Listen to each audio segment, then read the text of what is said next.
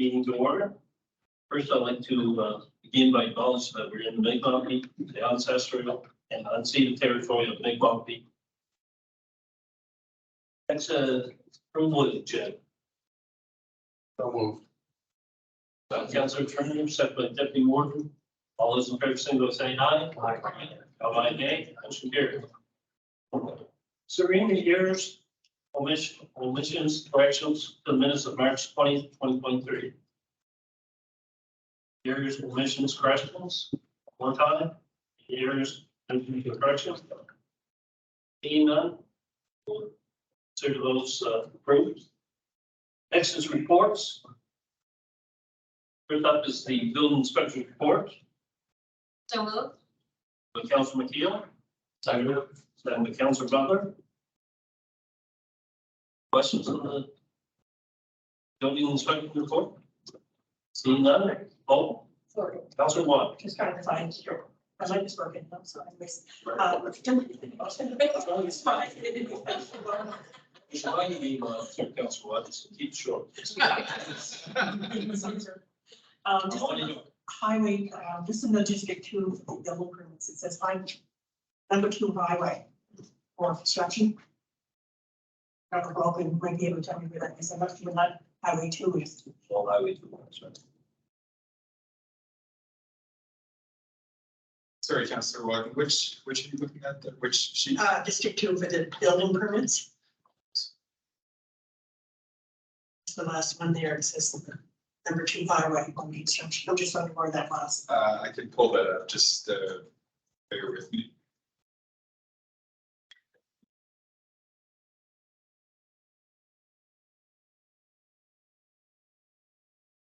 Just need the PID.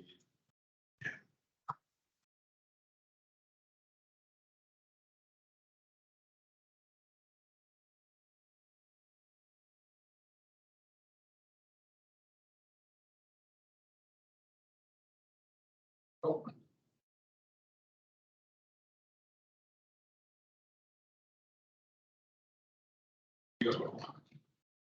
That is in King's Head.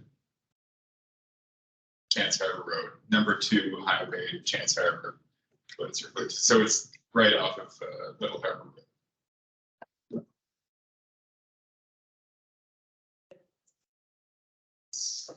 It's near C. Oatstrad, the south side of Little Harbor Road.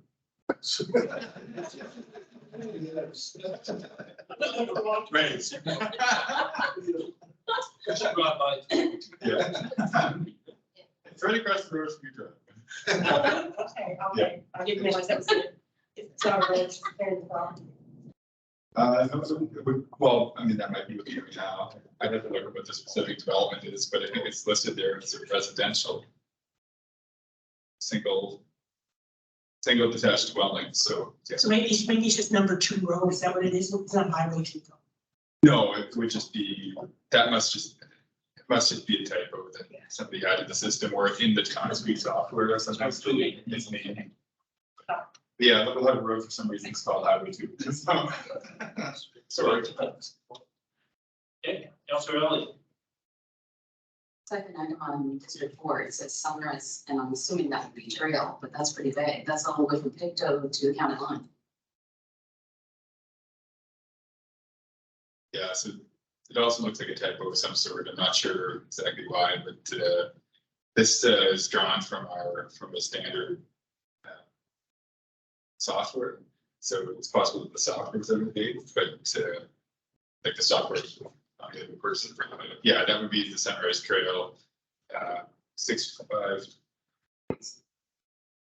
And I guess it's there as specific address, and it's something that we could include in the community names as well, if that would help folks.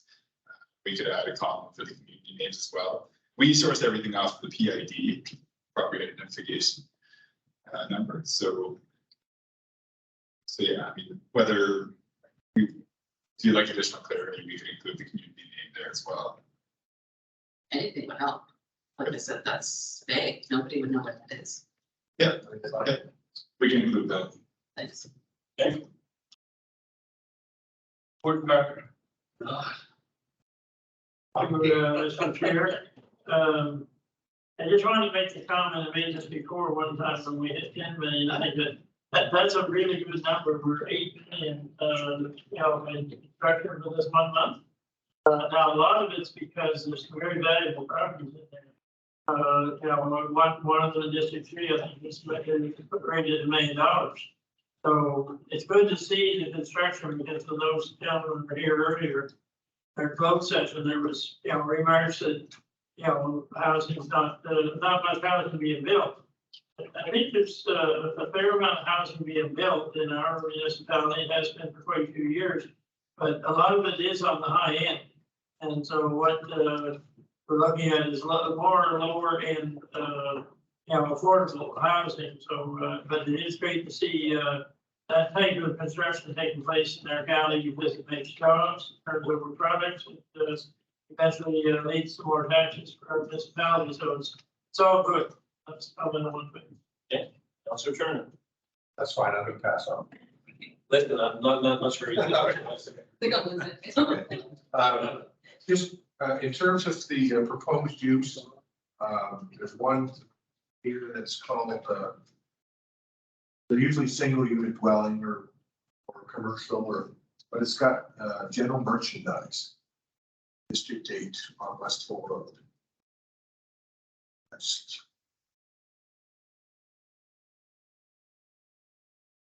Doesn't say really what. It's a retail. Is it, yeah, is it retails? Yeah, in all likelihood, that's in as a retail or some sort of a commercial store. Commercial, but Yeah.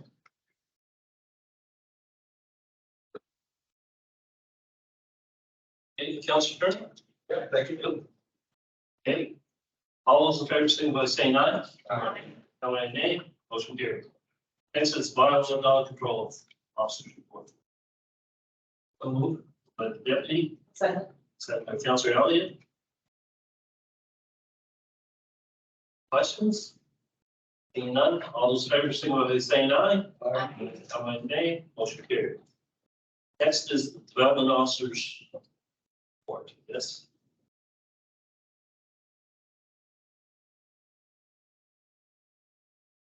We're going to face power. So we need a motion. So one. Second by Councilor Turner. Questions? If you were. Thank you, Mr. Chair. Just wondered, could we make this a little more simplified so somebody like me can quite understand what's going on, because there's stuff in there, I've read it, and I can't quite make head or tail of it. We simplify the. So the development officers, or anything in particular that you'd like to simplify, or just generally, just using the. Yep, we'll look at that. I'll look at that with my. Thank you.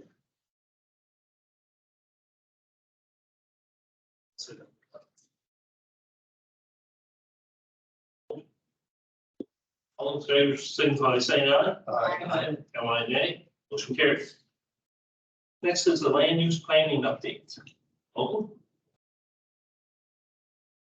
Thank you, Mr. Chair. So the update on the land use planning is pretty straightforward. We commenced the project. I attended a ratepayers meeting at Councillor David Parker's district last week. I gave some information there for the rest of land use planning. Our staff has been feeding information to the consultant as we had a project kickoff meeting, feeding information to our consultants so that they start the planning process, building their maps, different things like that. We continue to do that. So,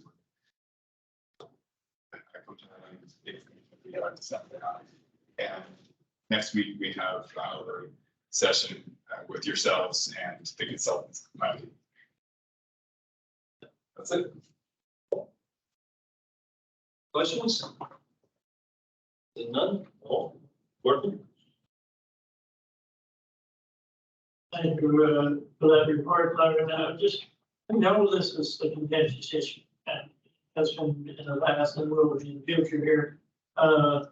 So we're going to meet next week sometime, visit with the people we hired to do the work. So do you have any idea at this point in terms of when the public has their input on much, because that is fairly important that take place here, the first, not be reacting to what your plan. But have the public input at the front end, so the, you know, when the plan is developed, it already has that public input into it. Yes, thank you, Mr. Warden. I agree that we need to be upfront with the public about this. And our consultant agreed, and said, I think their experience sets the best practice as well. The public will get their first visual crack and consultation likely in June or July. Once we get our community consultation strategy put together with the consultant, and that's going to be something that we talk about with our consultant next week with this group as well. And I would also encourage, I mean, I'm happy to, whether it's attend ratepayers meeting or continue to field questions from different residents, businesses, people like that as well. I think it's important to keep people.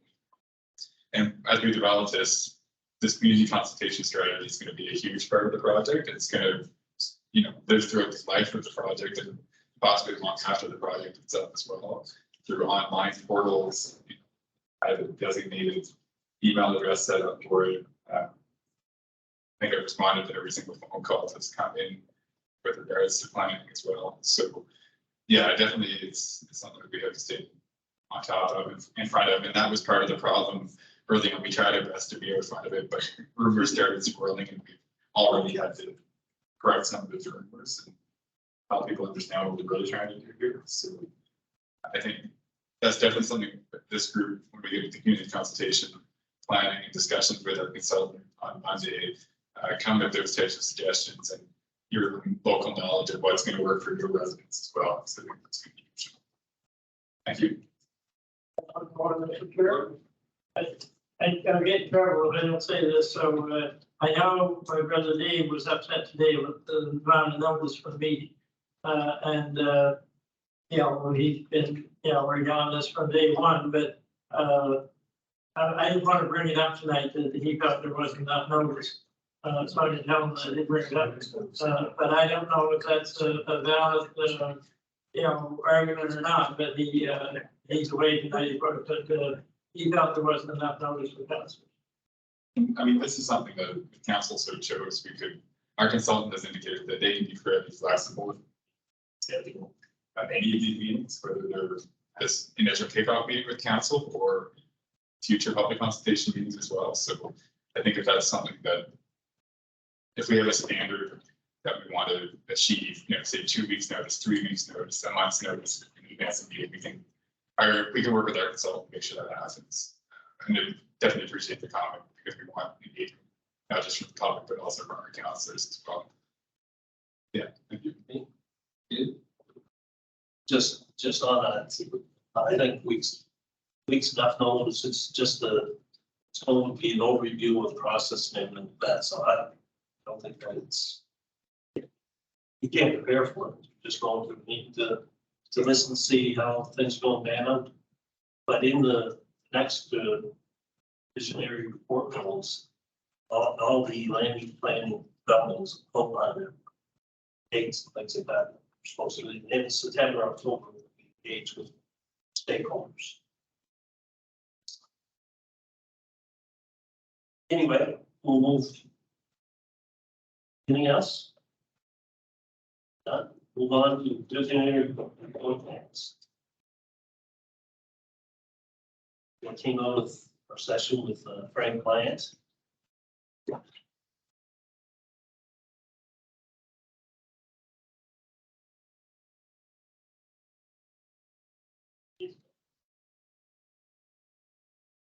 Prioritize. That's.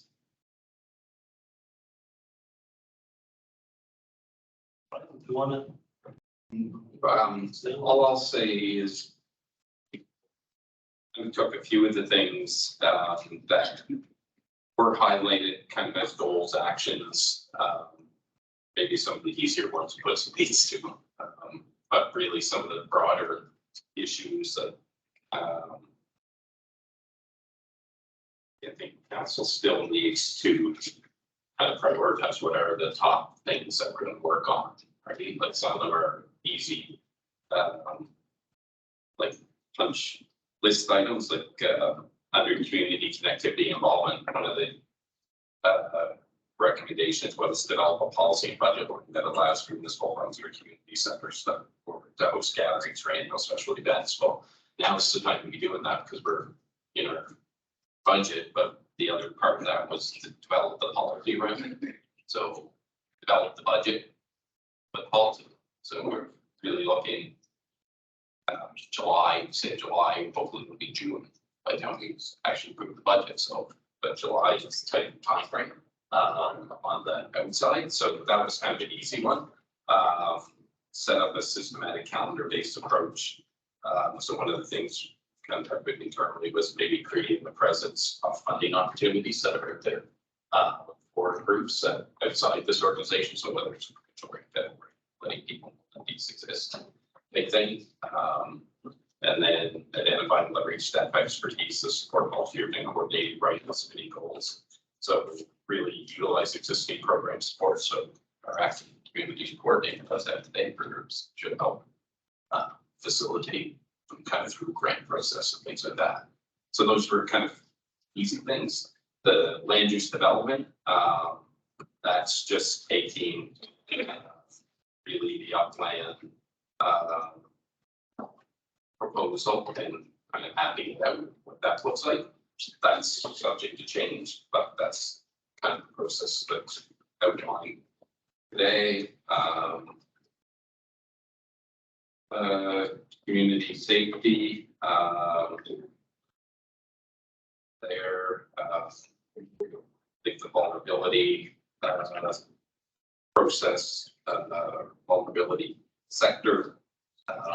Suggestion was made that we have a presentation from a community member on the need. So schedule that. Do some research on models from other jurisdictions, right? What that could look like. Goal for economic development, support local small businesses by drawing more attention to their contributions. So suggestion there to be meeting with the Chamber of Commerce, talk about ways that we can for teams, maybe we can potentially support businesses, and there's probably communication pieces that can be added. To advocate for more financial investment to better our roads. So that's really identifying the issues, concerns, and reporting to the area manager and that's council like advocating. That's ongoing, like could be road district too. Right. So that comes up, and so you bring it forward and there's the advocate, right? Affordable housing. So the first one, researching kind of the models. So Mayor's and Warden's committee have been kind of working on that for a year, looking at different models. I don't know how close we are to the final report, but it's there. It's being worked on. One, explore potential partners interested in being engaged in an affordable housing project, meet with developers and project proponents. You did that tonight, right? And there's probably more out there. Continue to support the guaranteed basic income model to help alleviate affordable housing. So that's really just an advocacy thing to levels of government done that, and it's probably something you have to reiterate from time to time. That is what do you think? And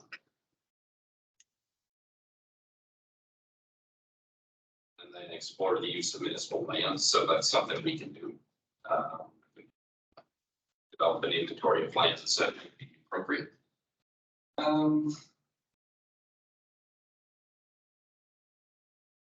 Strengthen citizen access to financial supports to reduce energy poverty.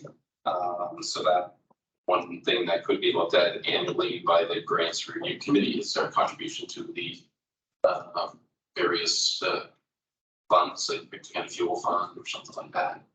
Could be looked at on an annual basis.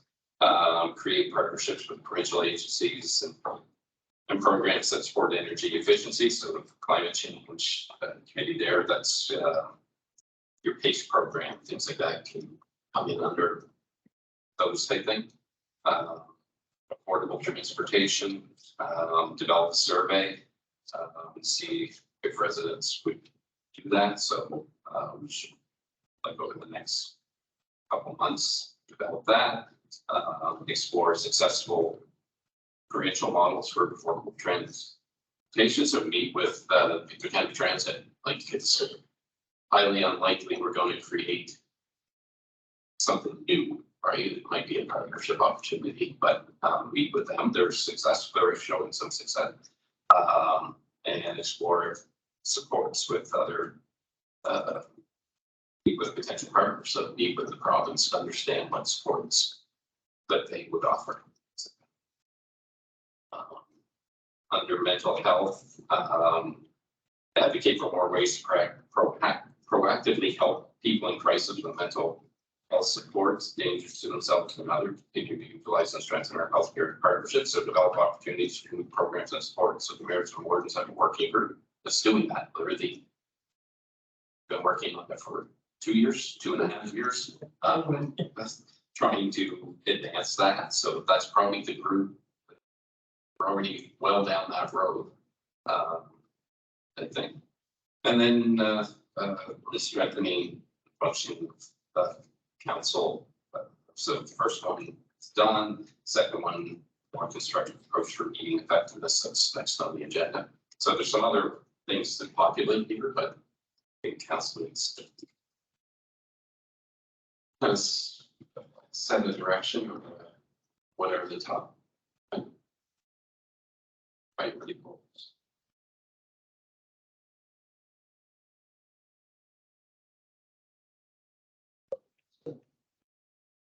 I thought they were on there.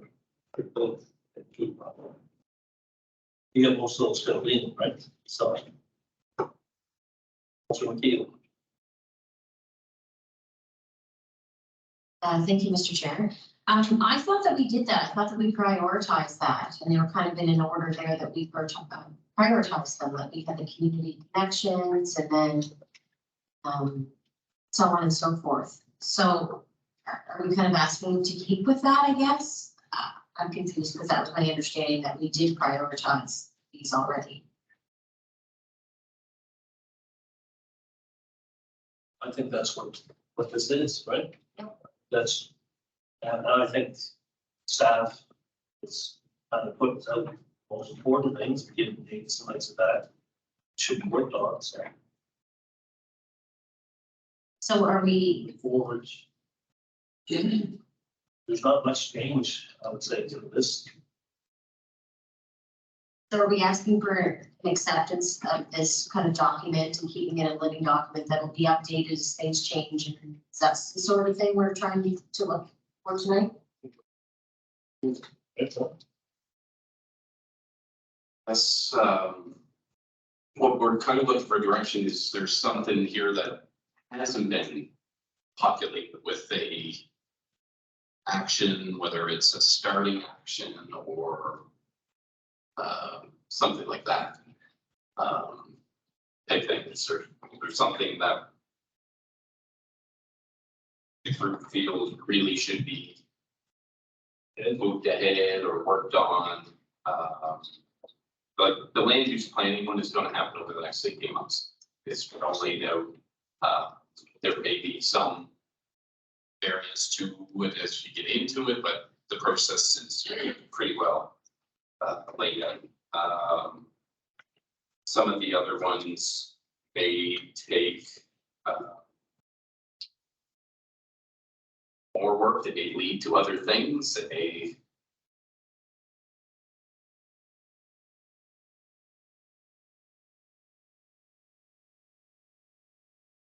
So like nominating committee, council staff, volunteers to conduct the inventory, community halls for building community, that's probably done now by staff. It's probably underway at the staff level through various different means, recreation, or someone undertaking that through the Highland Connect project. I guess maybe on the fire side, we're identifying community halls under fire inspection, things like that. So there may be some that work organically happening, type thing. It wouldn't hurt. Mr. Chair, I tend to agree with Councilor McKeel that this was sort of, as we talked about, this was sort of the feeling of what of the order that is every one of them are good things. We wouldn't have been talking about them, and there were some other good things that didn't even get talked about. But I think we do have to decide, you know, we can only put all our effort and energy into so much. If we try to do everything that's on here at once, we won't be probably achieving maximum efficiency anyway. So when of the meetings I was able to attend, certainly the emphasis was on community. And how do we strengthen our not just our communities and the facilities, a lot of us the facilities, but not just that, the volunteerism, everything in our communities to make them better places to live. And that seemed to be, to me, that was the main thing I was hearing, that we need to concentrate on making our community stronger. People want to live in a rural county, but they have to have not only the community structure and infrastructure and whatnot, but that safety one is very important part too. If you're going to live in rural communities, you've got to know whether it comes from police, from fire, from emergency vehicles, which we brought up here many times, the EHS or whatever they're called. All of that is a very important factor when people are deciding whether to live in a rural area or not, or how far out in the rural area to live and still be able to get decent service. So I think that those two almost, to me, tie together, the community and the safety. To move into a county, we're working hard to get high-speed internet there. That's a big thing for people to move into a rural area, but they need to know they're going to be safe. And the one that I find is missing in number 3 or whatever, the safety, I didn't see any mention in there of policing. And that's going to become a big issue across this province. It already started with the mass casualty report, and Cumberland's already moving in a different direction. So it's going to land in our lap too, and we already hear it, especially in certain areas. So that's the one I see that's missing in under safety. Yes, the vulnerable list, everything we can do there to help people, especially people living alone or older people. But we have to address the police issue here sooner or later. And we're going to be meeting Deputy Warden myself with the MLA for the area next week, I think it is, along with our CAOs, and I think there's a couple other people going to be there to look at, you know, what are the concerns, what are the issues, and how we're going to address them. Whether we stay with the RCMP, whether it becomes something different, some of that's going to be decided by outside bodies. The province is going to have a big say in whether they look at something different or not, or look at the different arrangement with the RCMP. But I see those first 3, the minimal planning, or just for calling it land use plan development. That one is, Brian said it's going to happen anyway. So it's very important to the people in the rural area, but we need to be sort of there representing those people as that takes place. But I heard as much of anything about community and safety being part of that. I do want to say, well, I have the mic that on the mental health one, we have a very important meeting coming up. I think that's next week with the province and the northern zone and whatnot. I think we're getting closer to having something. So when somebody's in crisis, family, an individual, somebody arrives at the everyday hospital, that's what we're trying to help. How do they get the help they need then when they need it? And it's not easy to change how things work, but I think we're being heard now, and hopefully we have some families that are willing to, that have gone through some bad circumstances, willing to help us. So we're hoping that kind of drives the point home with some of the administrators that have to make these decisions. So that one, as Brian said, you know, it's being handled as a total county effort, and so are some of the others. But A lot of good stuff there, but some of them, we said at first, we wanted, what are we gonna concentrate on now? And what is it that we're gonna sort of get started, but maybe the next council will put more, be able to put more time into it. That's just my personal feeling, so we can't do everything. Thank you. Councillor Thompson. Just on this, some of the stuff that's on this is the planning that's gonna take place, whether we do it or not, somebody else will do it for us. But I think, and then there's the advocacy pieces, which is a lot of the stuff is that letter-writing piece on different issues, levels of government. But there's issues, on this list, there's a whole bunch of topics that require money. So, and we're coming into budget season. If we don't allocate or set aside money for some of these things, we're gonna miss another year. So I don't want to go through the whole gamut of them, but all that community connectivity, that's, well, there's a grants meeting coming up, but what are we gonna do next year? For next year's budget. So there's a whole bunch of those in there that I think we need to make a decision on, and I think staff would be appreciative of us finding guidance. So don't want to delve any further into it than that. Councillor Elliott. Thanks. I think there's a lot of information in that vision report. And I think it's a discussion of itself. And we talk about this all evening. So I'm thinking it's a meeting by itself, to sort all that out and put it and prioritize what we want and how much money, like Andy said, where's the money coming from, where's it going to? I think it's a bigger job than just sitting here and picking 3 or 4. If we're gonna do the whole, all those charts, it's not an easy task. I guess I just see this as a living document. That Brian would just, we're already doing some of the things that we already set out to do. Think about it, but already doing priority. I'm just saying this document as maybe every quarter. I'm not sure how it'll get updated, whether it's through staff or somebody would be. But as we do something under each of these visions, it would be somehow noted in these documents. And the quarter with the review to see if we're still on track for getting some of this stuff done, but I don't see us trying to tackle all the items on these. I just see sort of, are we doing these things as we progress through each quarter of the year? That to me would make more sense than trying to pick an items and go forward with that. And then they're all very general. I think it's just how we can get together and work with some of the things, as you say, mental health, for example, we make it into something that we can make a decision on now that we're kind of push the community stuff aside, but we're still doing different things in the community. But somehow that's noted in the next thing. At the end of the day, we see the picture of what we are achieving through council. It's not something that, it's just the way I see it. It's something we just sit down and just think that up, even if we want to put so much money aside in our budget to help with some of the decision making that we'll have because of our vision.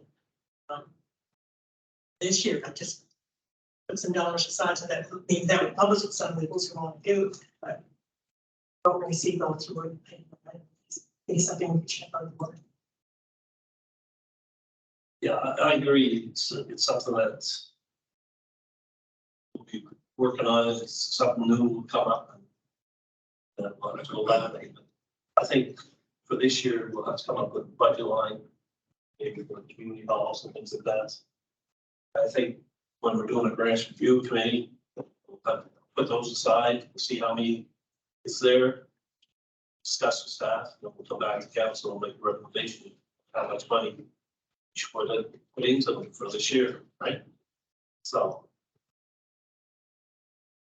As far as the RCMP, I don't know whether areas will look in the doing different things, the problems and things like that. That's something that's going to come up. We can't put a date on it.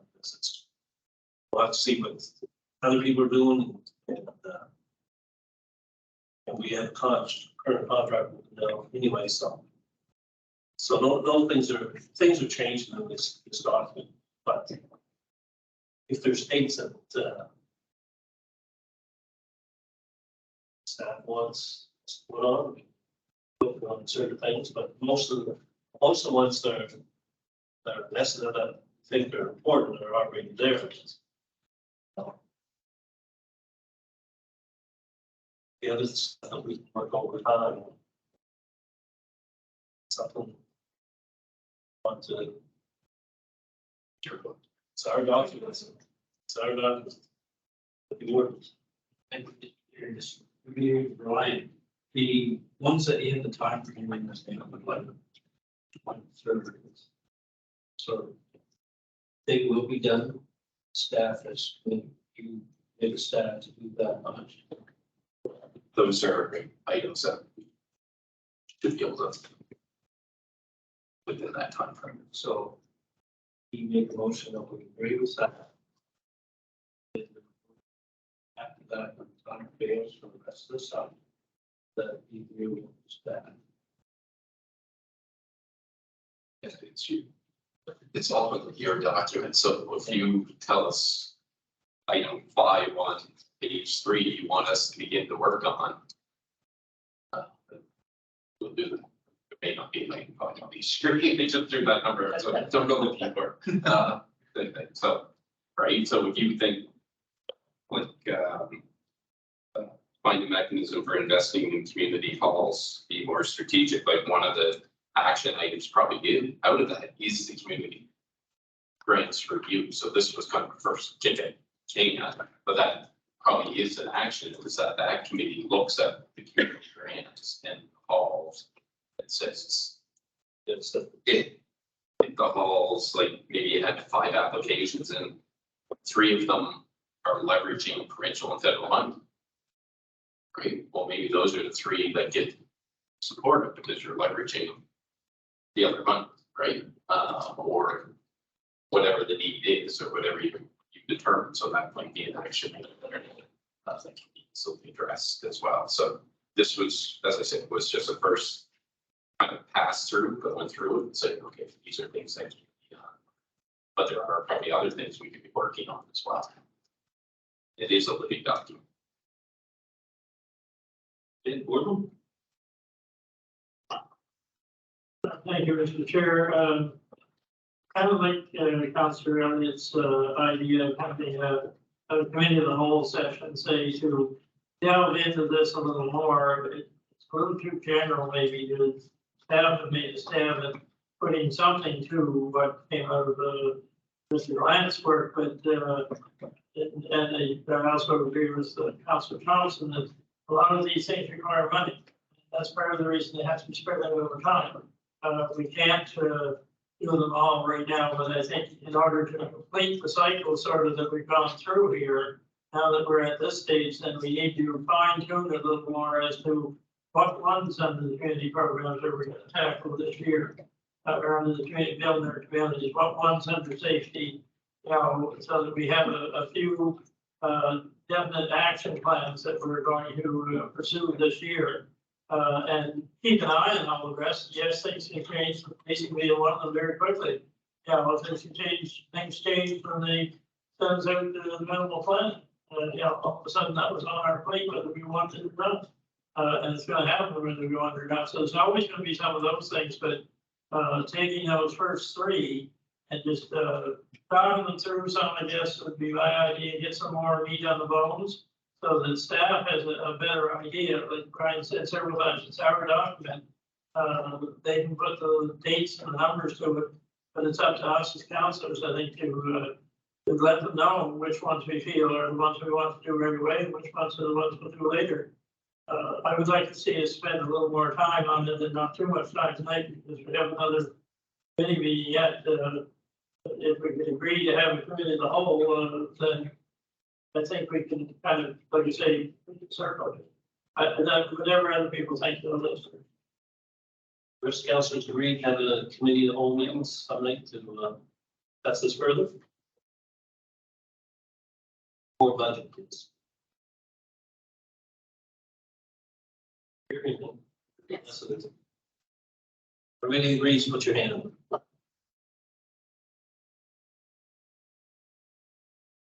3, 4, 5, 6, 7, 8. Okay, we'll have a committee on all meetings Sunday. Discuss it further.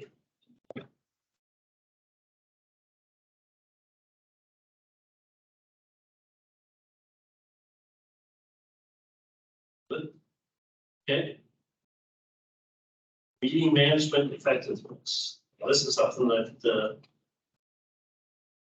came up over here. So, Would that be moved to the committee as a whole? That's quite a discussion because the others don't, what they receive, don't have any idea. Could you put that? Put both of them together. Well, that's my suggestion. I don't know, but because it's gonna require, I think, quite a bit of discussion. A lot of changes in here, the way of doing it. And just to update. Through the process that we have with Frank's plans, it came up that council weren't happy with how meetings were run and things like that. And so the chairs of each committee sat down, discussed what changes that we could make, and these are the recommendations that we came up with. So like the warden said, do you want to do it same night that we do the other visionary goals? Because I don't think that there's a visionary goal, it's not going to take a whole lot of time. I think that That's what. with this other meeting management effectiveness would be added there, discuss it further. So. Disagree? Okay. Do you agree? We disagree? Okay, move forward. Any community announcements? Any none? Emergency resolutions? None? Call the meeting of property services closed.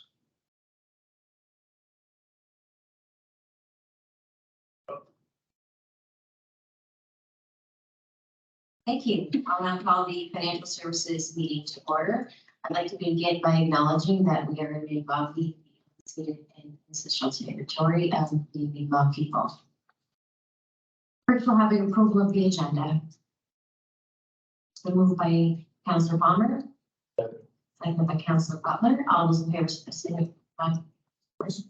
Go ahead, Councillor Thompson. Just on that, on the, I put forward, the generator grades, I just don't see them on this agenda. Is that for future meeting?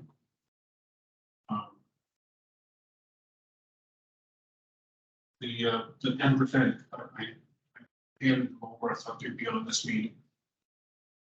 For Sunnybury, Springville, and for the mountain.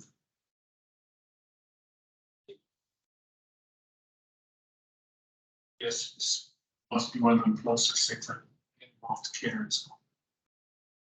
Is it? So the 3 letters they sent in about right, I'll if we can deal with it on council like that. Yeah, I mean, Councillor One had sent one in that I didn't see until the agenda was done. So as long as they meet the criteria, we can just do a resolution to that effect. Okay, Right, like, because it's just ticking boxes, like it's 10% of the project cost, so that's fine. So thank you. if we can get the information, we'll just do a resolution. Yes, we already have a policy, like, we just gotta read the policy. Okay. Yeah. So, okay, Councillor Thompson? Yeah. Okay, perfect. Okay, going back to call for the approval of the agenda, all those in favor signify by saying aye. Contrary-minded nay. Motion carried. Next, we have errors and omissions and corrections to the minutes of March 20th, 2023. Is there any errors, omissions, corrections to the minutes of March 20th, 2023? Final time, is there any errors or omissions or corrections to the minutes of March 20th, 2023? Hearing none, we'll consider those minutes approved. We only have one piece of uncirculated correspondence, and that's Pictou County Art Society thank you card. Next, we have correspondence that includes action required in your package from North Nova Education Center graduation expenses. We received a letter from the principal in Finley on March 8th, 2023 of North Nova Education Center concerning graduation expenses. We as a municipality usually provide $1,000 to each high school. We have in the past for graduation expenses to the big high schools, and I believe provides a smaller denomination to Just those two. just Two bigs. Pretty close. two big schools. Okay, Graduation expenses. I'll move that we. okay. Before that. Second. Okay, it's been moved by Councillor Dewar and seconded by Councillor Palmer that we give each North Nova Education Center, Northumberland Regional High School, the amount of $1,000 for graduation expenses as we have in the past. Do you have any questions or comments? Thanks for dealing with this in April and not June. All those in favor signify by saying aye. Contrary-minded, nay. Motion carried. Next, we have reports. The first report we have is the recreation report for the month of March 2023. Moved by Councillor Butler. Seconded by Councillor Elliott. Any questions or comments on the recreation report? Seeing none, all those in favor signify by saying aye. Contrary-minded, nay. Motion carried. Next, we have the communications report for the month of March. Motion, please. Moved by Councillor Turner. Seconded by Warden Parker. Any questions or comments? Seeing none, all those in favor signify by saying aye. Contrary-minded, nay. Motion carried. Next, we have the emergency services report for the month of March. Have a motion, please. Okay, moved by Councillor Palmer. Seconded by Deputy Warden Murray. Any questions or comments on the report? Seeing none, I'll call for the vote. All those in favor signify by saying aye. Contrary-minded, nay. Motion carried. Next, we have the fire inspector's report. Moved by Deputy Warden Murray. Seconded by Councillor Palmer. Any questions or comments? Seeing none, I'll call for the vote. All those in favor signify by, oh, sorry. Yes, around the corner. Been a little further. I'm sorry. Go ahead. Yes, go ahead. Parker. Just a question through to Evan. So under medical, I know there's 11 of the 14 River John and Scottsburn. Do all or how many of our fire departments offer the medical?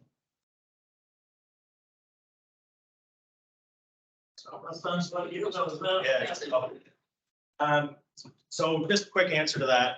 They all offer medical in some way, in some fashion. It depends on the severity that they offer. So the higher number of departments are the ones who offer the most amount of response. So that can be like short breath calls, trips and falls down the stairs. Those are the calls those departments are going for. Whereas all the rest are mostly just cardiac arrests, serious motor vehicle accidents, things like that. So if you follow that up, Madam Chair, with a question, I know during COVID times, don't seem very far behind this, but so a lot of the departments, they said weren't allowed to go because of the emergency services didn't want them going or they weren't properly trained, is I think what they told them.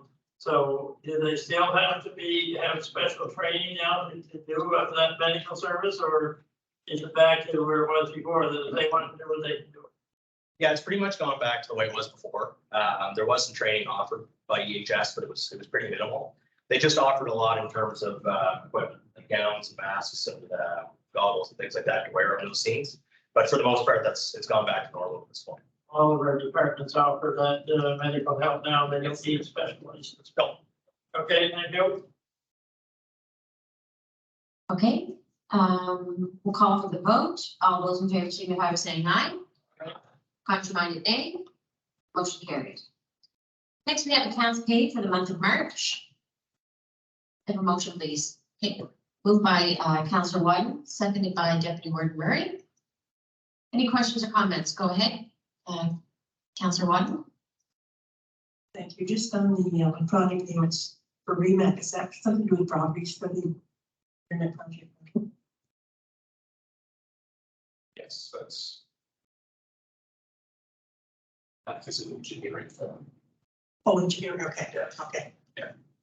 And we sent on the check number 20059 will be by Laura Duggan, project management. Is that good?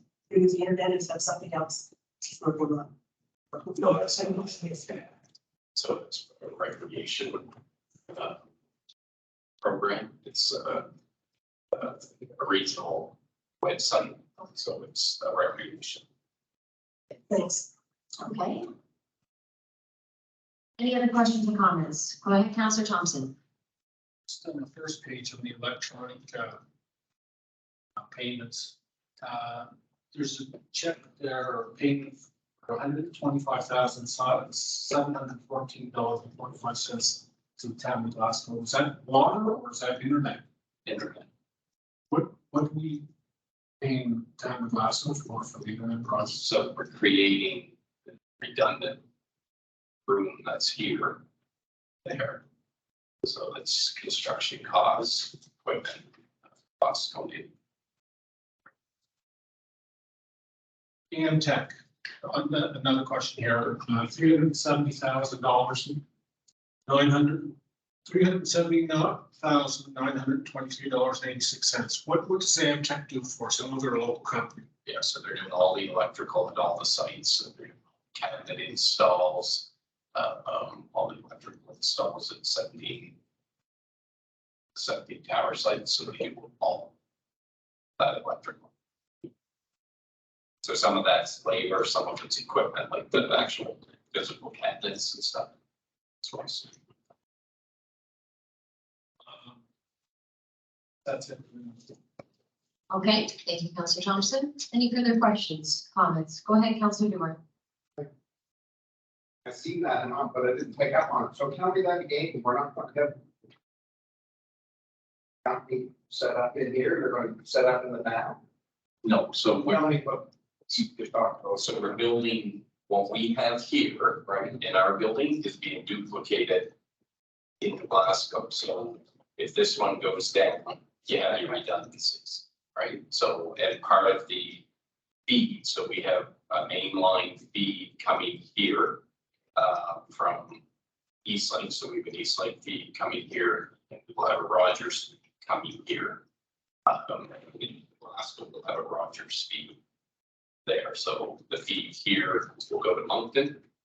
This building goes to Moncton, one in Glasgow goes to Halifax. So it's building that redundancy. So if one goes down, it will bounce to here, or if ours goes down, it will bounce to there. So you always will have your data going.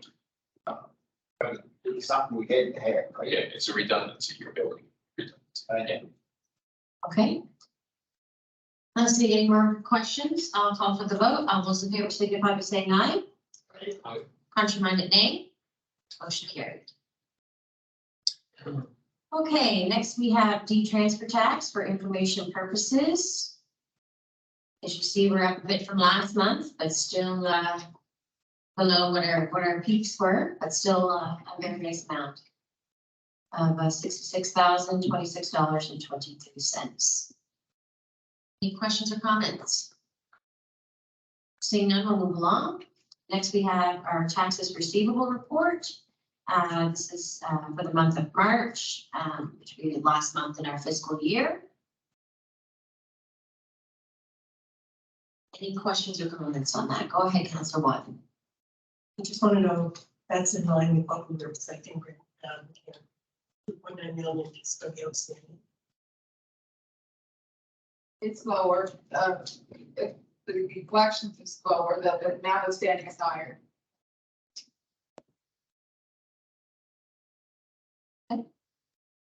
Any other questions or comments?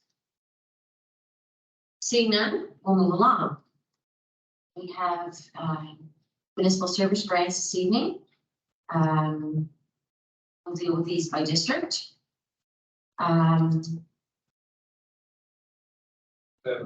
Okay, so we have, let's see here, Second. 5, District 7. Second. Okay, it's been seconded by moved by Councillor Dewar and seconded by Councillor Thompson. So there's Caledonia Cemetery, an amount of $1,500. Middle River Birch Hill Cemetery, an amount of $2,000. Millbrook Cemetery, an amount of $3,660. And St. Andrew Cemetery, an amount of $4,500. And the Carpool Lot Streetlight for $490. Moved and seconded. Any questions or comments? Seeing none, all those in favor signify by saying aye. Contrary-minded nay. Motion carried. The remainder are District 10, Thorburton District War Veterans Association, $1,500. McPherson's Mills Community Hall, $2,500. District 13 Recreation and Planning Commission, $3,000. Union Presbyterian Church, $2,500. Thorburton District Fire Department, $3,000. Ivory Dome Memorial Arena, $1,000. Thorburton Cemetery Association, $2,500. Mountain Cemetery, $2,500. McPherson's Mills Cemetery, $4,000. And finally, Thorburton Kiosk, $150, $3,000. Moved by Councillor Palmer. We have a seconder. Seconded by Gordon Parker. Here first. Any questions or comments? Seeing none, I'll call for the vote. All those in favor signify by saying aye. Contrary-minded nay. Motion carried. Okay, moving on to number 8 is the temporary borrowing resolution for the rural broadband project. As it states here in the memo, the municipal council has approved a temporary borrowing resolution for the municipal internet project in the amount of $31,542,100. This amount of borrowing covers the first phase, the wireless project, and what was phase 2. With the announcement of federal and provincial programming, the current borrowing resolutions should be sufficient to cash flow the broader project of $53 million, as $42 million is the commitment of other levels of government, and their payments are based upon milestones being reached. Therefore, there's a recommendation. It's being recommended that the municipal council requests a renewal of the temporary borrowing resolutions through the Department of Municipal Affairs. And that was included in our temporary borrowing resolution. Is there anyone like to make a motion? Moved by Deputy Ward Murray, seconded by Councillor Elliott. Did have any questions or comments? Seeing none, I'll call for the vote. All those in favor signify by saying aye. Aye. Contrary-minded nay. Motion carried. So next we have McDonald Rebecca Lodge, move to Schedule A of the tax exemption policy. Councillor Thompson, you had requested this be put on the agenda. This is to do with the account number 04683013. No, I lied. 04683064, trustees of the Rebecca Lodge, to the lands and buildings at 2411 East River, West Side Road, Sunnybray, and the whole of the lands and the buildings at Sunnybray of the owner. So this group has applied and has been accepted under joint stocks as a nonprofit society, and they're in Schedule B right now, which makes their building taxable. And it's essentially is a community hall. It's no different than any other of those buildings up above. And the trustees of the Rebecca Lodge are the same folks that have entered into the nonprofit society. They all signed on, and so I want to move that Schedule A so it'll be completely tax exempt. Make that a motion. Okay, we have a motion, we have a seconder. I'll second. Seconded by Councillor Dewar. Any questions or comments on that? Go ahead, Ward Parker. Curious, Madam Chair, if how many lodges we have in the county, and are other lodges under Schedule A, or is it because they're perhaps not nonprofit societies? Is there? I'm just wondering if there's others then that will follow this one, because so why you gave it to that one.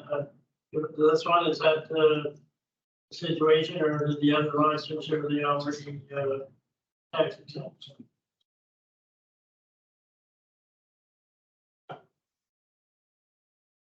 We'd say the other lodges, some of the other lodges are probably listed in Schedule B. I think, I'm not sure when these were done, but it was probably a distinction between a fraternal lodge and a not-for-profit. I think is probably what the distinction might have been back when it was done. That probably predates most people. But the rules then say that if you're not for profit, then you're tax exempt, but if the lodge doesn't go through this process that they went through in Sunny Ray, then there's gonna be two different tax levels, isn't it? It's really a council decision. It's really, the MGA says the council can write off taxes up to a group, right?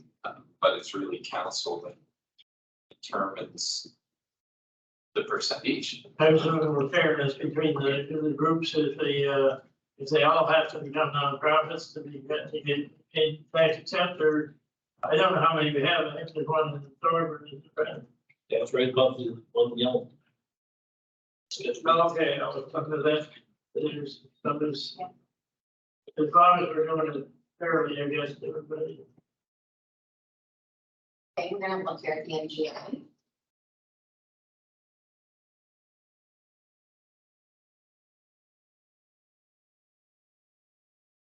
So I guess we're looking at what we're allowed to have policy.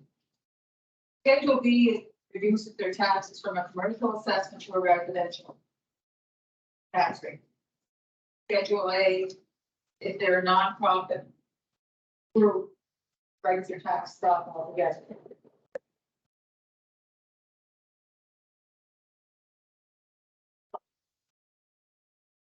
Schedule C, that's different. That's the only thing. Nonprofit. Public non. So the MGA is just council may by bylaw exempt from taxation to the extent under the conditions set by bylaw. It's actually by policy, but the property of a non-profit community, charitable, fraternal, educational, recreational, religious, cultural, or sporting organization, if the council, the organization provides a service that might otherwise be the responsibility of the council. So council has determined that there are two different categories. One is your non-for-profit, and then the other is just. And that's this organization that Andy's private got the non-for-profit number now determined, it's gone to joint stocks and got a non-for-profit category. They're not fraternal anymore. It's that puts them in a different group than the rest of them. If Yes. the rest of them want to get not for profit, or want to get tax exempt, they have to become not for profit. Yes. But it is a way for them to get tax exempt. Yeah. And I guess that is the distinction that council has made. Council's made this distinction by putting a schedule B in. Okay, now, as long as it's fair to everyone. Okay. So anyone else? Okay, so then go ahead, Councilor Thompson. Just on this, this was all prompted because of this group's looking for grant money to fix the building up. And it's hard for these fraternal organizations to, if you're not registered with joint stocks or the federal government through one of their registries, they don't recognize you for grants. And I suggest a lot of these buildings, these halls here require grant money to keep them going, whether it's accessibility or otherwise. That's what prompted all of this. And it's in the urgency for Sunny Bray to get this building fixed up it's all they have left. It is on our website or Facebook feed today. It was a story from the Pictou Advocate talking about the Presbyterian Church being sold. That's, so the last building standing that's a public building in Sunbury in this glorious, once glorious lumber town village is this lodge home. So that was sort of the impetus of this, but now that they're registered as a nonprofit society, I want them treated the same way as the rest of nonprofits that operate buildings in the county. Yes, open doors for them. Yes, open doors. Okay, any further comments or questions? Seeing none, I'll call for the vote. All those in favor signify by saying aye. Aye. Contrary, nay. Motion carried. Okay, moving on. Next, we have a school bursary considerations. According to the memo in our package, each year the municipal council grants bursaries for graduating students from the high schools serving county residents. The approval is generally granted prior to the adoption of the annual operating budget. And in 2022-23, the municipal council provided bursaries to North Nova Educational Center, the amount of $1,000, Northumberland Regional High School in the amount of $1,000, and then Tattnagouche Academy in the amount of $200, and Pictou Academy in the amount of $200. So it's recommended the council approve the bursaries for the 4 schools: North Nova Educational Center, Northumberland Regional High School, Tattnagouche Academy, and Pictou Academy. And you have 2 options, same rates as last year. And the recommendation also says option B at a rate to be agreed on by council, so something different. Go ahead, Council Palmer. I'll move with this option A. Okay, that we have the same rates as last year, so $1,000 to the 2 high schools, North Nova and Northumberland, and then $200 each to Tattnagouche and Pictou. I second the motion. Okay, seconded by Councilor Butler. Any further comments or questions? Seeing none, I'll call for the vote. All those in favor signify by saying aye. Contrary, nay. Motion carried. Okay, so next we have the municipal service, next we have the internet project truck tender. As you see in our package, it was sent to us. It has a scoring system with certain categories. This is fuel economy, hybrid drivetrain, purchase price, and discount percentage. There was 5 trucks that were looked at, and according to this, the scoring system says your conclusion, given the above categories, recommended the F-150 hybrid based on environmental factors, model year, which was 2023, and operational cost over 5 years at today's gasoline prices is more than $10,000 versus second place. So, anyone would like to have a motion to get this on the floor, please? I'm going to go with the lowest tender. Move that we go with the lowest tender. So that in this case would be the Nissan.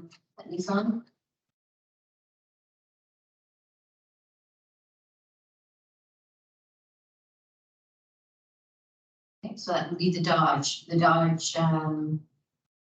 Ram 1500 Classic Hemi. Okay, you have a second for that motion?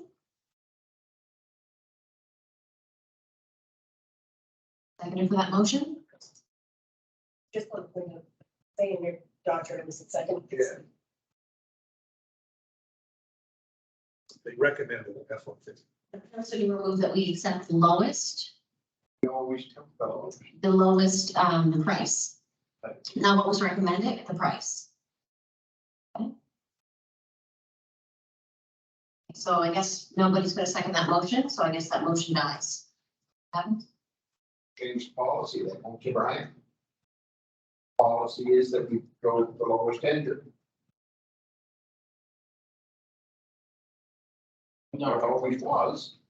Like, I mean, it's been changed or not, don't know how it does, but change. Your procurement policy says you will give consideration for environmental factors such as hybrid. That's in our policy, That's in your procurement policy. so that's something we would put in, because last time we never had that. You passed that, I'm gonna say within the last year. Okay, or so. Go ahead, Warden Parker.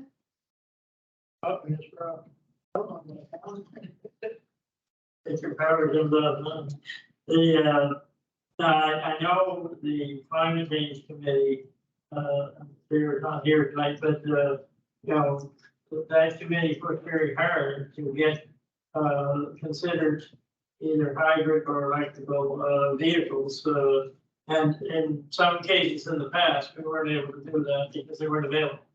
But the price, if we go with the lowest tender, that's the capital cost. The operating cost may be much higher, for an all gas clean one than a hybrid, model. So I think we have to look at, you know, what it costs to operate it as well as what the initial cost is. So, yeah, I think we're better off going with the recommendation here on the hybrid. I would move that we accept the F-150 hybrid. I'll withdraw mine. Since I couldn't get a second. Second motion. Okay, so it's been moved by Warden Parker and seconded by Councillor Turner that we accept the recommendation of the F-150 hybrid-based Super Crew Power Boost full hybrid 4x4. Any other questions or comments? Go ahead, Councillor Watton. I'm wondering why, who we're purchasing the truck for and what crew they will be traveling with. You know, just what's the purpose of the truck? Who's going to be driving it? I guess is what I'm trying to do. Yeah, so it's for the internet project, so it's the employees that we have in the department. It's going out to like sites, remote sites. This one is driven a little bit more by location. Like in the past, we've gone with hybrids that are small SUVs. Some of these tower sites are not easily accessible, so that's why I kind of went to a truck, more so the need for a truck, but it would be the internet staff. That is sort of What crew? Who's the crew traveling with them? What crew? Who's not involved in the truck? I guess just like going to be one of the two internet employees. the crew. Yeah, What so do you mean the extended drive for this? It's more for equipment that they can put in like a warm space as opposed to the back of the truck. It's having that ability to have some of this equipment in a warm space as opposed to What trailer do they it could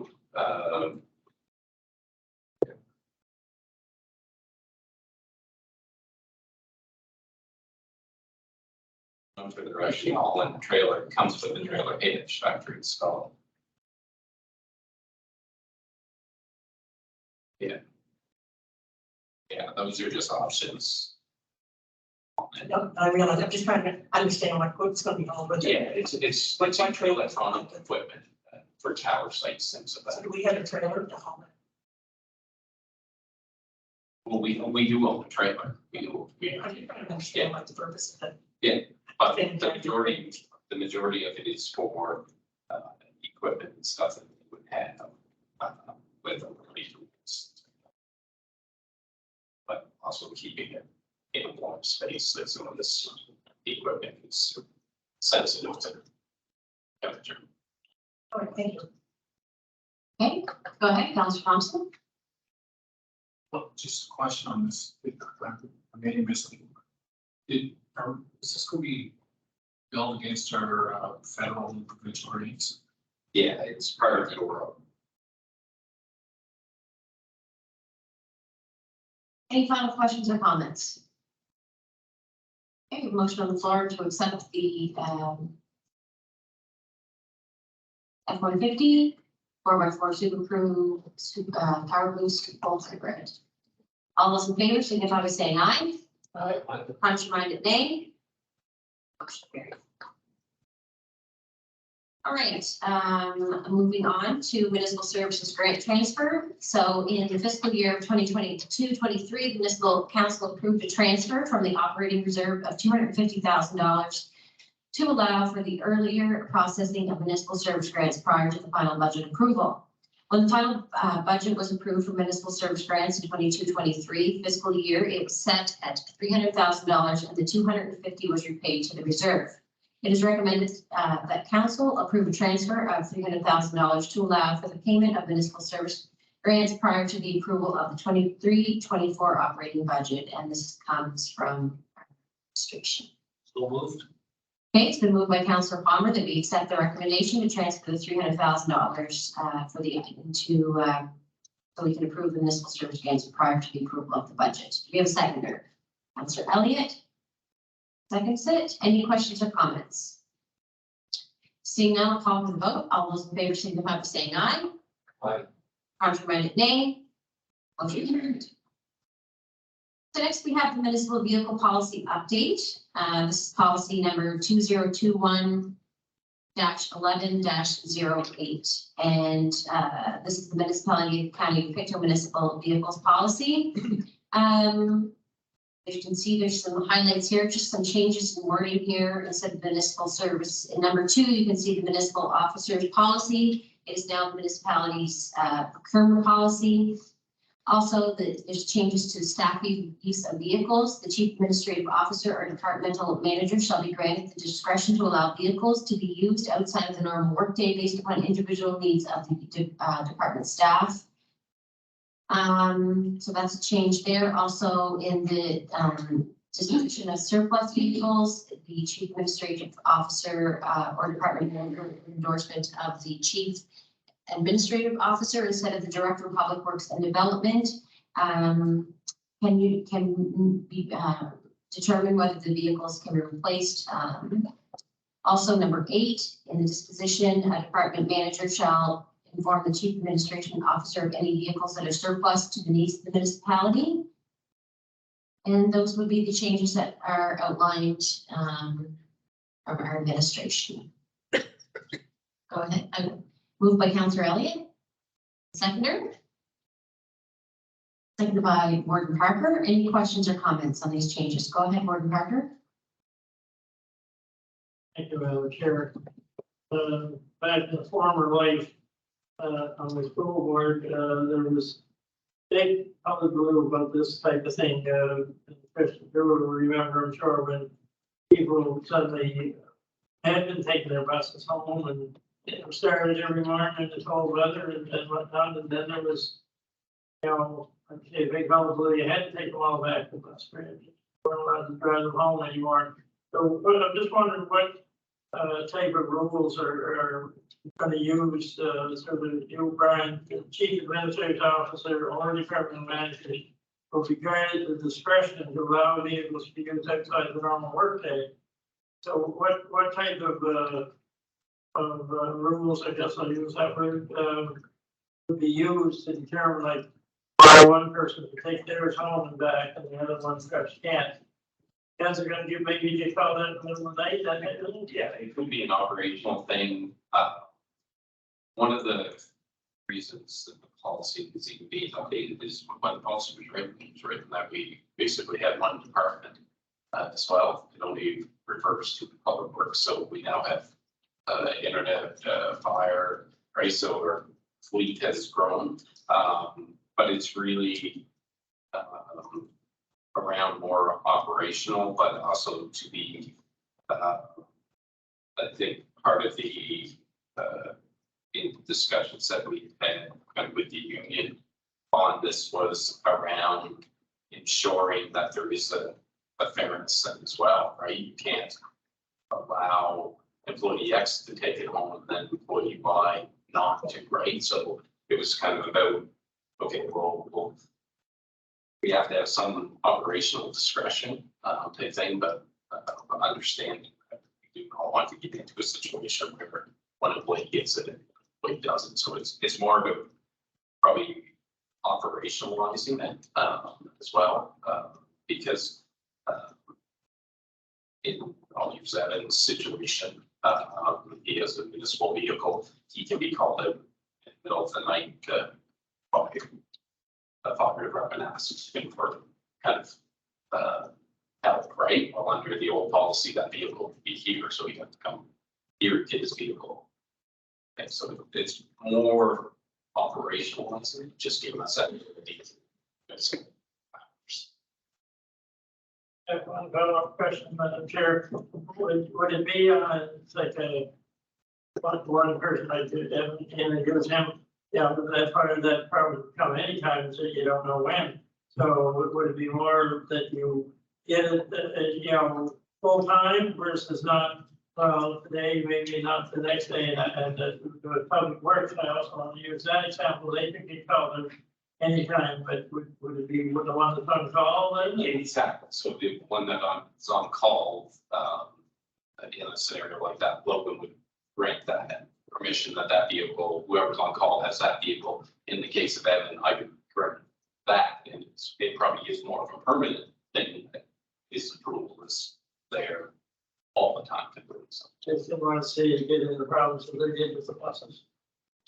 Hey, Go ahead, Councilor Dewar. Thanks, they cured that problem. Gordon's talking about Curry, they parked a bunch of buses at the private schools and stole all the batteries. And then come the weekend, so they all got to go home again, right? But now, the head bus drivers, the head mechanics, they all got to drive to West Picton to get their truck or vehicle. All the taxable benefit. That's why they don't do it anymore. They, like, if, I don't know, just say, Richard, for instance, he's the head bus driver, mechanic down there. And if they need him, he has to drive to West Picton with his vehicle to get that vehicle. It's in that cage down there. And I don't know, it doesn't make any sense in the world because you're living, say, in town, you have to drive all the way down there or drive down here. But anyway, that's the way it is there now. And it doesn't make any sense, but now they had to pay. Ivan, them of us that were driving bus, vehicles, all of them, they had to pay, they were gonna have to pay to drive that vehicle. So is that the same here? The CRA rules would apply there that would apply here, so, the end of the day, it can't be tax. Man. Right? Yeah. But anyway, that's the way it is. I just wanted to add some words. Thank you. Okay. Motion. Yes, we do. Okay, go ahead, Councilor White. Just to confirm, this would be for work related use of vehicles after hours, not personal. Yeah, sure. Okay, any other questions or comments? Seeing none, I'll call for the vote. All those in favor signify by saying aye. Contrary-minded, nay. Motion carries.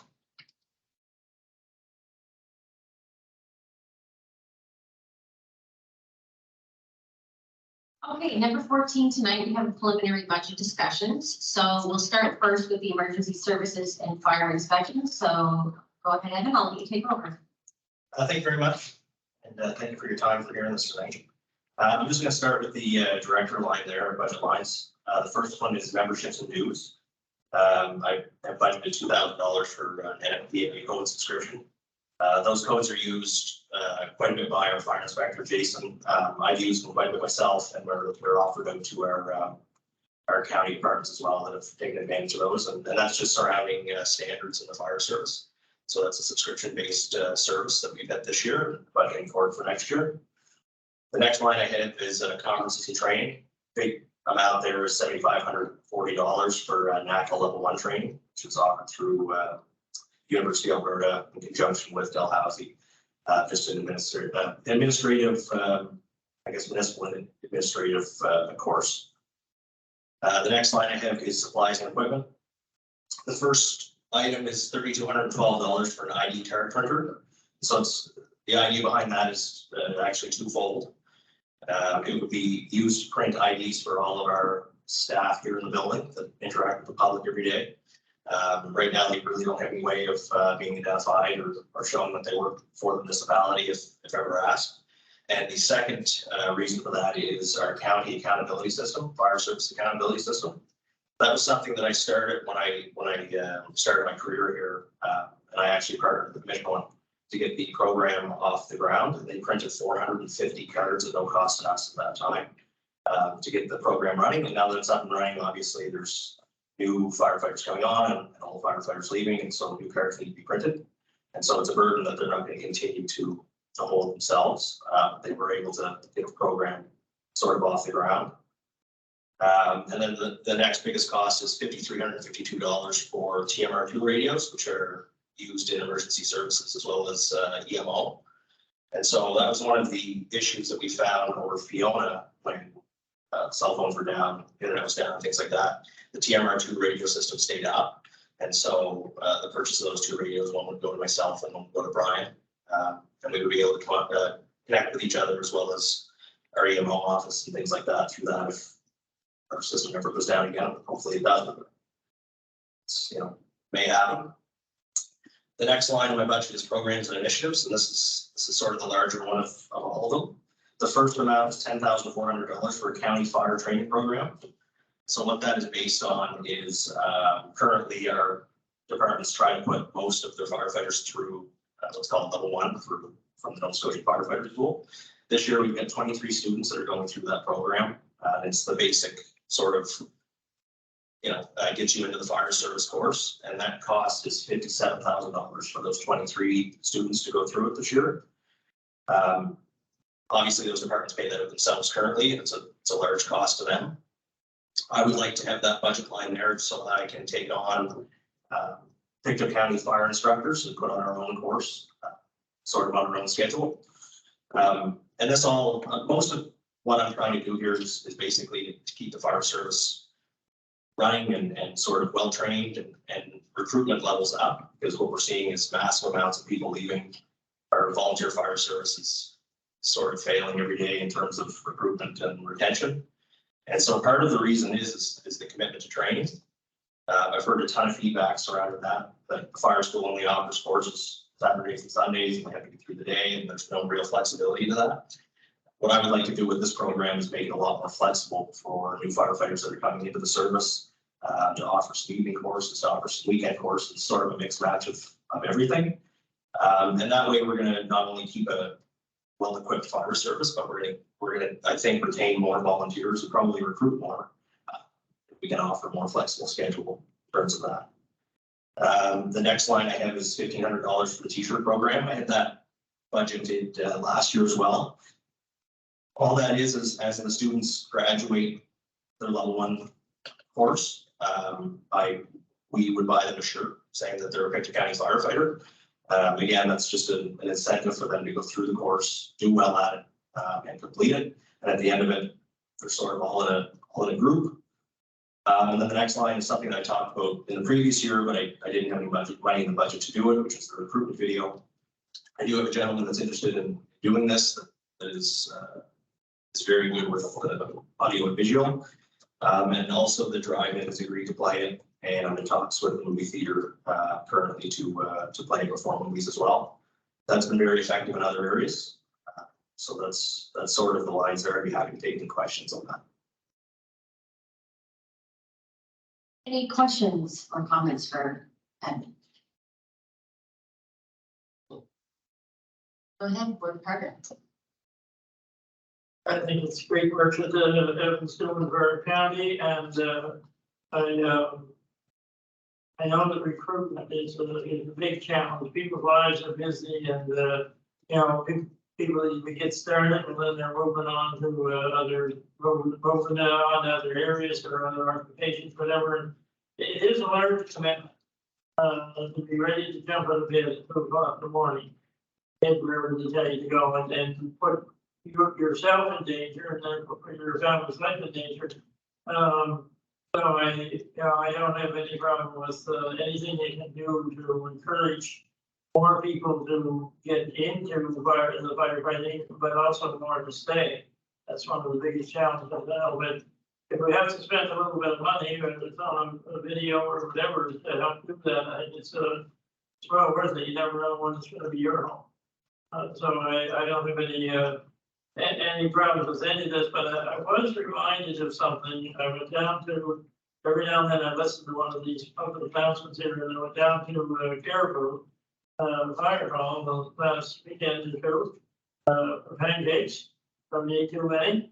But I was told on the way out, this lady said, I want to talk to you for a minute, so you never know what's coming in. But said to me that when you guys had the presentation of the award for the dog that saved people's lives down District 3, that Evan should have been there in the middle of that picture. You know, because he was a big part in getting everything organized and stuff. So I just wanted to bring that up tonight. And I said I would to her, but he, well, you will sure they have. So we'll learn for next time. Thank you. I think he would disagree with that. Okay. Any other questions or comments before moving on to the fire inspector budget? Go ahead, Councillor Wyden. Thank you again. I agree with that. Board part of the. I do appreciate it from the regarding process for sure. I really like the training program you're trying to run. The course you're planning on taking that level 1 course. How long a course will that be? Like how long will it take you to get to level 1? I believe it's kind of self-paced. It's one of the majority of it's online. So maybe Karen, you may know, have a better idea how long it typically takes people to get through that course, but It's designed as a 4-year level course, but you can take up to 8 years. Depends if it's, Okay, so it's an active course. that you- and I guess my only other comments is the wage schedule. The increase in the wage level is that what percentage is that? And I know I correct assuming it's like $79,000 and $89,000 budget issue The wage, with the wage level. it's 2.7. 2.75. Thank you. That's great. Thank you. Okay, thank you, Councillor Wyden. Deputy Murray. Thank you, Madam Chair. Having the training, you said cost the fire department around 53,000 we're talking last year. So that'll be a total saving with no cost for the water, so it'll be a total saving for the department. yeah, that's correct. They wouldn't have to pay that any longer. We'd be able to do it all in house with instructors from Victor County. We've actually got a large group, I believe of 10 excellent leaders from around our county currently that are going through a course that will make them certified fire service instructors. So those would be the folks that would be coming on to administer this course. So at the end of the course, they'll be certified, save so much money. So certification is actually a separate deal altogether. At the end of these courses, even offered through Waverly, you're what's called qualified as a level 1 firefighter, which is sort of the industry standard. And then folks oftentimes do choose to go and do 1 extra weekend in Waverly to become certified. They would still be required to do that if they chose. Okay, thank you very much. Any other final comments or questions? Okay, we'll move on to the fire inspector budget. Okay, this one's a little bit easier. The first line is memberships and dues. Jason is a member of FIANS, which is the Fire Inspector Association of Nova Scotia. $350 would be associated to those dues, and then I just left $150 miscellaneous should he choose to join another organization. As far as conferences and trainings go, he's going to a conference in Digby. It's a week-long conference, and it's a large benefit to him, I feel, because it's surrounding a lot of Nova Scotia fire inspection, where Jason's from BC originally. This week would be largely beneficial to him in his capacity here at the municipality. Supplies and equipment, $416 for door knockers. All the door knocker is that he goes out to perform an inspection at somebody's home and they're not there, or sorry, I should say home, but business or community hall. He can leave just a door knocker hanging there just to say to contact him that he tried to perform an inspection. The next one is just some electrical inspection books at the cost of $340. That would be directly related back to fire inspection. The next line is $3,200 for fire inspection reporting software. Jason sort of touched on this tonight. I know he was in and met with you folks. And the software would basically track his inspections for him. When he goes out to do them, his iPad would auto-generate any orders and things like that. And when the inspection is complete, it automatically emails him a copy, myself a copy, and the occupant a copy of that report.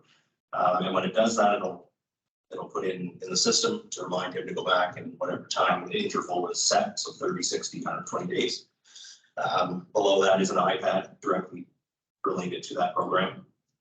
The next line is $1,000 for uniforms. I think the uniforms lend themselves to quite a bit of professionalism when he's out doing those inspections. I've heard very good feedback on that. And I think professionalism is very, very important to that line of work. So that's the budget lines there. We have to take any questions also. Okay, any questions for Evan?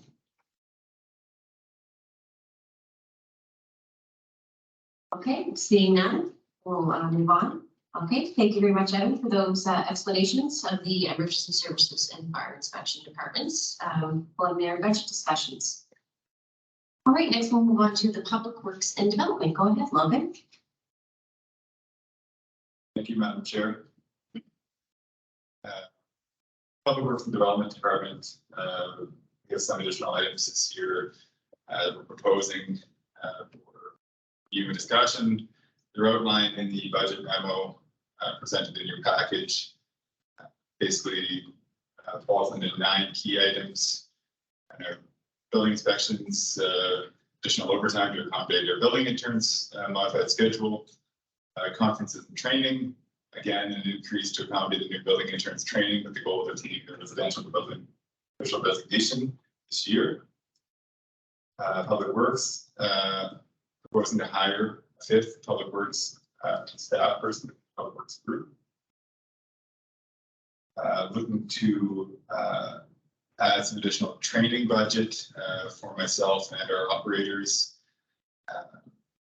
Student wages, looking to include up to 2 students this summer with Campus Summer Jobs Program in the Public Works group.